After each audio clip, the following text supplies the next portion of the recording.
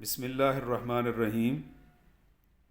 ناظرین و سامعین کرام، جیسا کہ پہلے عرض کیا جا چکا ہے کہ نماز کی شرائط میں سے پہلی شرط ہے جسم یا بدن کا پاک ہونا۔ اب یہ سوال یہ پیدا ہوتا ہے کہ بدن پاک ہونے کا مطلب کیا ہے؟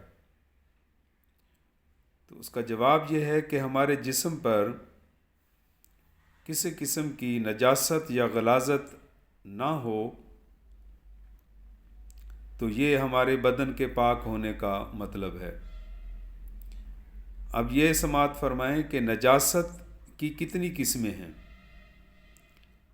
تو نجاست یا غلاظت کی دو قسمیں ہیں، نجاست حقیقیہ اور نمبر 2 نجاست حکمیہ۔ نجاست حقیقیہ سے مراد ہے جو دیکھنے میں ہمیں نجاست یا غلاظت نظر آئے، جیسے پخانہ یا پیشاب ہے۔ اور نجاست حکمیہ کا مطلب یہ ہے کہ وہ ہمیں بظاہر دیکھنے میں نظر نہ آئے اور شریعت کے بتانے سے اگر ہمیں علم ہو تو وہ نجاست حکمیہ کہلائے گی، اور نجاست حکمیہ کی وجہ سے بندے پر غسل ضروری ہو جاتا ہے۔ اب یہ سماعت فرمائیں کہ نجاست حکمیہ کی کتنی قسمیں ہیں۔ نجاست حکمیہ کی بھی دو قسمیں ہیں، نمبر 1 حد سے اصغر اور نمبر 2 حد سے اکبر۔ پخانہ یا پیشاب جب ہم کرتے ہیں تو ہمیں حد سے اصغر لاحق ہو جاتا ہے، تو وضو کرنے سے ہم حد سے اصغر سے نجات حاصل کر سکتے ہیں، ہمارا جسم پاک ہو جاتا ہے۔ اور حد سے اکبر کا مطلب یہ ہے کہ اگر کوئی شادی شدہ بندہ اپنی اہلیہ سے ہم بستری کرے یا سوتے وقت کپڑے خراب ہو جائیں، جسے احتلام کہا جاتا ہے، تو وہ حد سے اکبر کہلاتا ہے۔ اس کے لیے غسل ضروری ہے، ہمارا جسم ناپاک ہو جاتا ہے اور ہمارے جسم کو پاک کرنے کے لیے غسل کا ہونا ضروری ہے۔ اب آپ کی خدمت میں یہ بیان کیا جا رہا ہے کہ حد سے اصغر سے نجات حاصل کرنے کے لیے وضو کیا جاتا ہے۔ تو وضو میں کچھ باتیں فرض ہیں، کچھ چیزیں سنت ہیں اور کچھ باتیں مستحب کہلاتی ہیں۔ وضو کے جو فرض ہیں وہ 4 ہیں۔ اگر ان چاروں میں سے کوئی ایک فرض چھوٹ جائے تو سرے سے وضو ہوتا ہی نہیں۔ نمبر 2 کچھ باتیں سنتیں کہلاتی ہیں۔ سنت کا، وضو کی سنتوں کا بیان یہ ہے کہ اگر بھولے سے کوئی سنت چھوٹ جائے تو وضو تو بہرحال ہو جائے گا، لیکن وہ کامل نہیں ہوگا، ناقص ہوگا۔ نمبر 3 کچھ باتیں مستحب کہلاتی ہیں، ان کے کرنے سے ثواب میں اضافہ ہو جاتا ہے، اور اگر نہ کیا جائے تو کوئی حرج نہیں ہوتا۔ لہٰذا اب یہ توجہ فرمائیں کہ وضو کے 4 فرض کون کون سے ہیں۔ نمبر 1، اور یہ قرآن پاک سے ثابت ہے وضو کا یہ فرائض۔ نمبر 1 وضو کا فرض نمبر 1، جہاں سے ہماری پیشانی کے بال اگتے ہیں وہاں سے لے کر ہماری ٹھوڑی کے نیچے تک، اور کان کی ایک لو سے لے کر دوسری لو تک، یہ پورے چہرے کو دھونا، یہ وضو کا پہلا فرض ہے۔ فرض نمبر 2، دونوں ہاتھوں کو کوہنیوں سمیت دھونا، یہ دوسرا فرض ہے وضو کا۔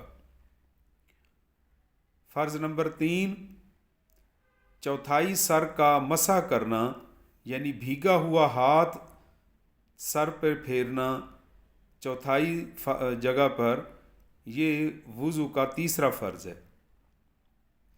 اور وضو کا فرض نمبر 4، دونوں پیروں کو ٹخنوں سمیت دھونا، یہ وضو کا چوتھا فرض ہے۔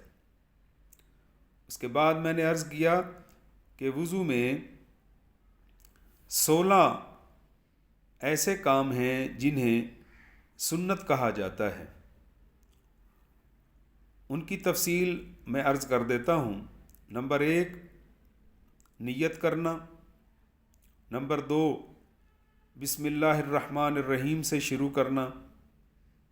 نمبر 3، دونوں ہاتھوں کو گھٹوں سمیت 3 بار دھونا۔ نمبر 4، مسواک کرنا، اور اگر مسواک نہ اویلیبل ہو تو انگلی سے دانتوں کو صاف کرنا۔ نمبر 5، دائیں ہاتھ سے 3 مرتبہ کلی کرنا۔ نمبر 6، دائیں ہاتھ سے 3 مرتبہ ناک میں پانی ڈالنا۔ نمبر 7، اور بائیں ہاتھ کی انگلی سے، چھوٹی انگلی سے ناک صاف کرنا۔ نمبر 8، داڑھی ہے تو اس کا خلال کرنا۔ ویسے داڑھی نبی پاک علیہ السلام کی ایسی سنت ہے جو ہے تو سنت، لیکن اس کا ثواب واجب کے برابر ہے، کیونکہ یہ ہر وقت ہمارے چہرے پر سجی رہتی ہے، تو مسلسل یعنی 24 گھنٹے اس سنت کا ہمیں ثواب ملتا رہتا ہے۔ آگے چلتے ہیں۔ ہاتھ اور پاؤں کی انگلیوں کا خلال کرنا، یعنی جو درمیان میں 2 انگلیوں کے درمیان میں جگہ ہوتی ہے، اس کو اپنی پانی پہنچانا اور انگلیوں سے ملنا۔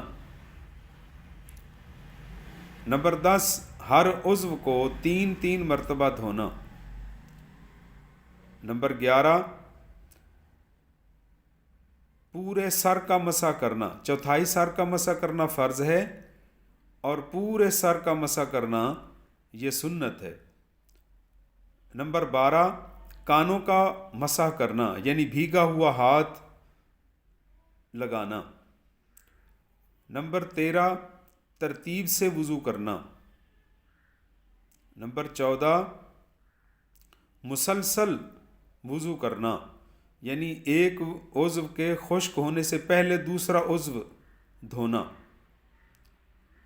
اور نمبر 15 یہ ہے کہ ہر مکروہ بات سے بچنا، اور داڑھی کے نیچے جو بال ہیں ان سب کو بھی مسح کرنا، یہ والے۔ تو یہ 16 سنتیں ہیں، اور اس کے علاوہ 65 کے قریب ایسے کام ہیں، ایسی باتیں ہیں جنہیں مستحبات کہا جاتا ہے۔ اور مستحبات کے بارے میں نے عرض کیا کہ ان کے کرنے سے ثواب میں اضافہ ہو جاتا ہے، اور اگر چھوٹ جائیں تو اس میں کوئی حرج نہیں ہے، کوئی مضائقہ نہیں ہے۔ اور مستحبات کی اگر تفصیل معلوم کرنی ہو تو بہار شریعت نام کی ایک کتاب ہے، جس میں 65 کے قریب مستحبات کی تفصیل بھی موجود ہے۔ اللہ تبارک و تعالی ہمیں کامل طہارت حاصل کر کے، وضو کر کے، غسل کر کے نماز کی توفیق عطا فرمائے، اور اپنے بدن کو پاک رکھنے کی ہمیں اللہ پاک یہ شوق اور توفیق عطا فرمائے۔ والسلام۔